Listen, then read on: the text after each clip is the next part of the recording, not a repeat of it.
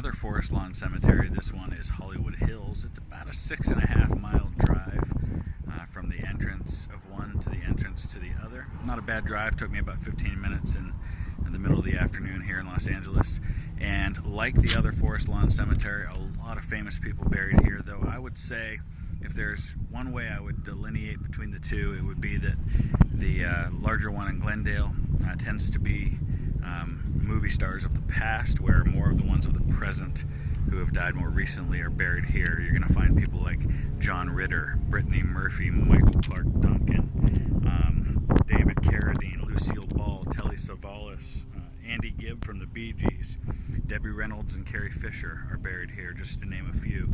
So I'll visit as many of those as I can find in the next hour or two. And like the other forest lawn cemetery, they like their themes of liberty and freedom. And so what you see behind me is as near as I can tell, an exact replica of Old North Church in Boston, the one that famously was in the poem about the Midnight Ride of Paul Revere, where they hung the lanterns to warn of the coming British attack. And then there's a statue behind me. I believe it's of Lincoln. I haven't looked at it yet to see for sure, but I'll start to explore a little bit. This is Forest Lawn in Hollywood Hills.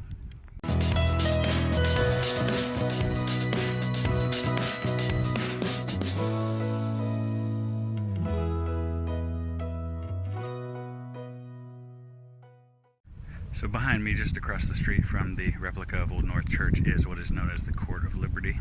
It's a memorial to George Washington behind me, and a number of the most famous people that you'll find buried here will be in this area known as the Court of Liberty. Again, I'd highly recommend getting a map. You can screenshot some things off the internet that'll help you to find the graves more easily.